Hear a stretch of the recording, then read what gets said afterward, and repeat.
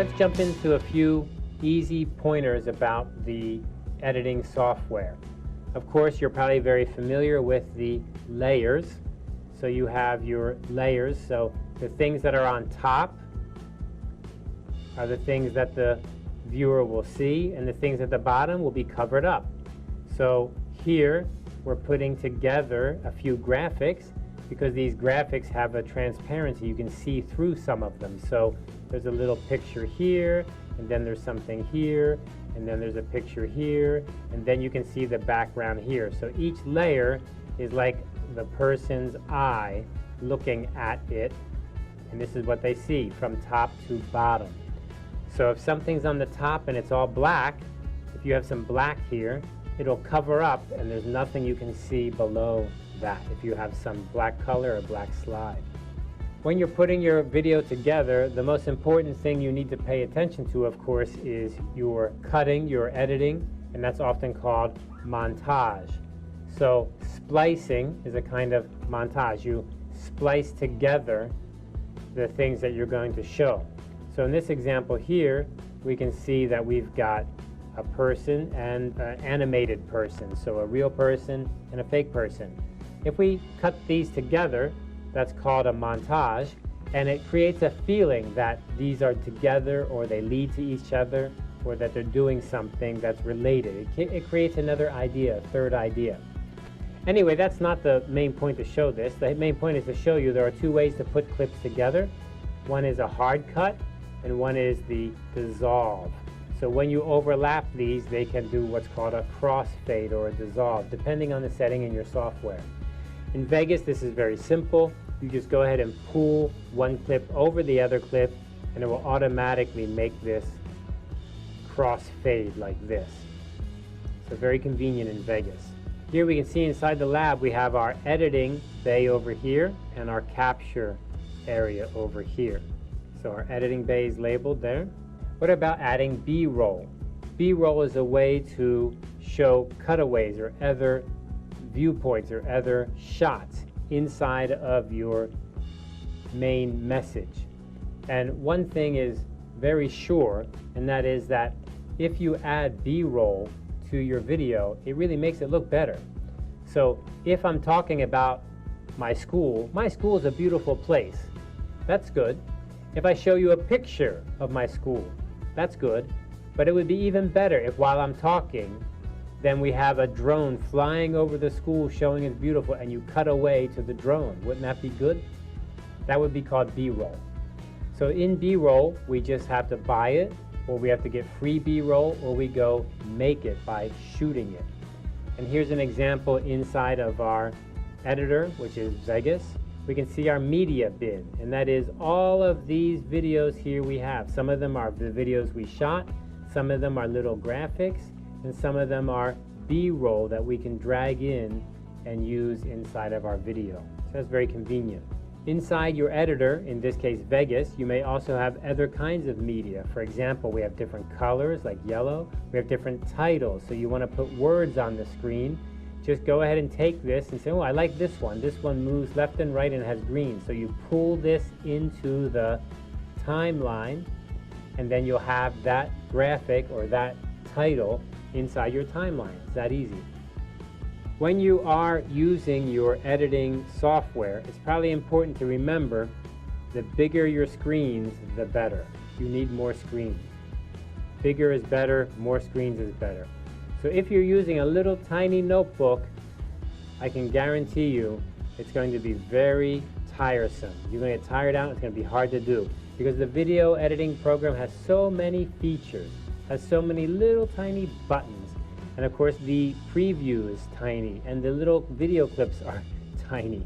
So it's enough to drive you crazy on a small screen. So we use big screens as much as possible.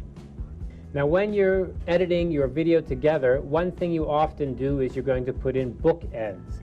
And bookends means the beginning and the end of that scene. So I'm going to teach you something, so at the beginning I introduce what I'm going to teach, and at the end I summarize. So you can have little intros. You could have something even shorter, which are often called bumpers. So bumpers, a little bit of video music at the beginning and a little bit of video music at the end.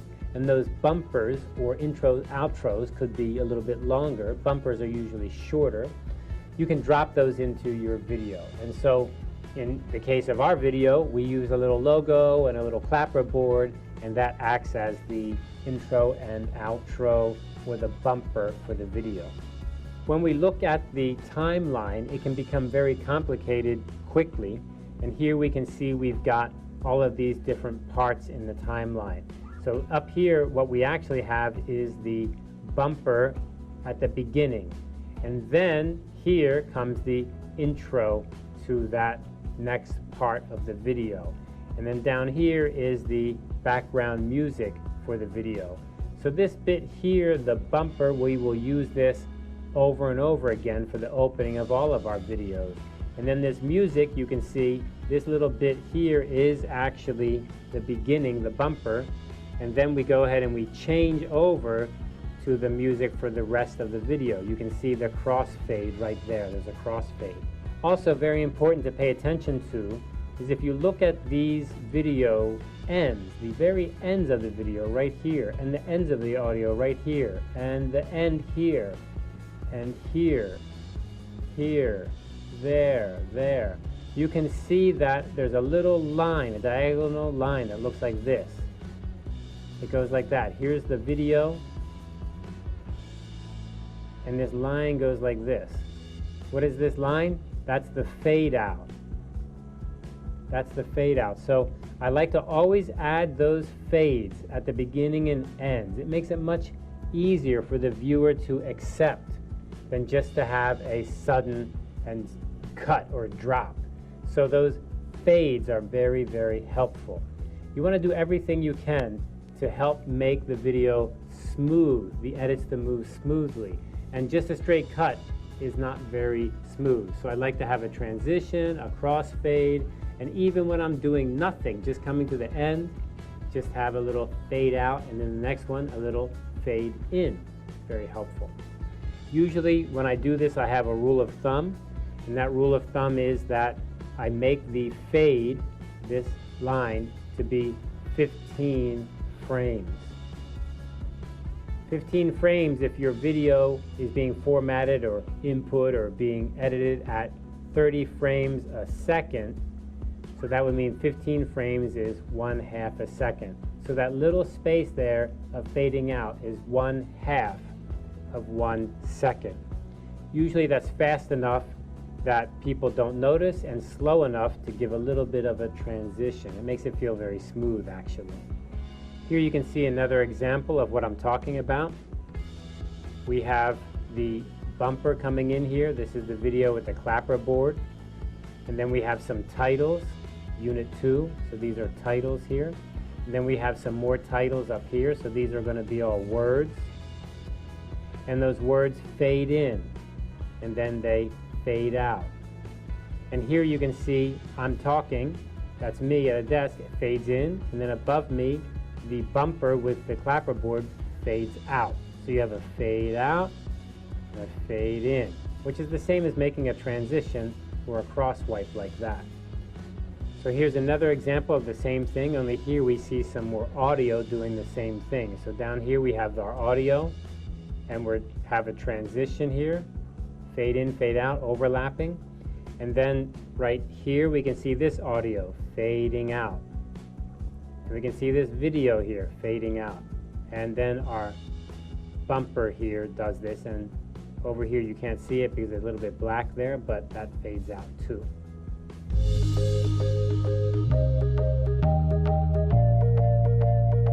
So here we can see the video clip, me at the beginning and me at the end, and at the end I have the mouth open.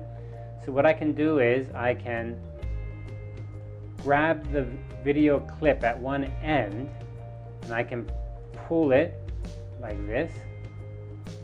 And now you see the clip is much shorter, right? But I grabbed it from the right end, so what's happened is we've cut off, or we've removed the video at the end, because you see my mouth is not open anymore.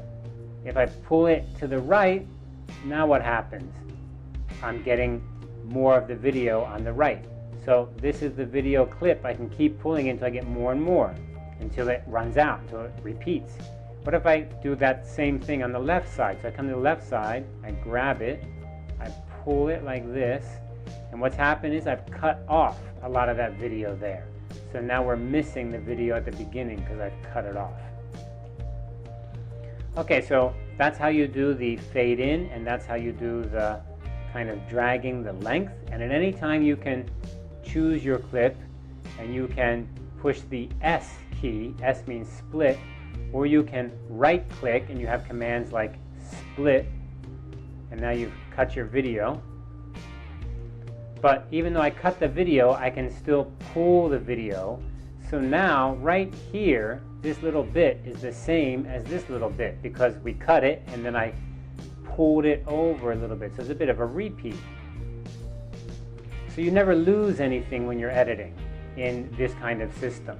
Now what Vegas can do is very easy. It can take these two clips and we can pull them over each other, and you'll automatically get a fade or a crossover effect. Now you see that little number there, that's the number of frames. Don't forget, in video, 1 second is 30 frames. So 15 means 15 frames, and that's half a second. If we pull it in further and further, 27, 28, 29, 30, oh, there is no 30, it's 1. Why is it 1? Because 1 is 1 second. Okay, so if I pull it in even further, 1.01 means what? 1 second, 1 frame. And then it'll go 1, 2, 3 all the way up to 30, and then it'll be 2 seconds. Okay, so that's very easy in Vegas. You can just take two shots, pull them together, and you have a crossfade. Very, very easy. It also does your audio crossfade there. Now you could go ahead and use your mouse and grab that fade and change it again to be longer or shorter, because we can change the fades. You can also change the kind of fade or use some effects on the fade, but that's getting a little bit too detailed for this video.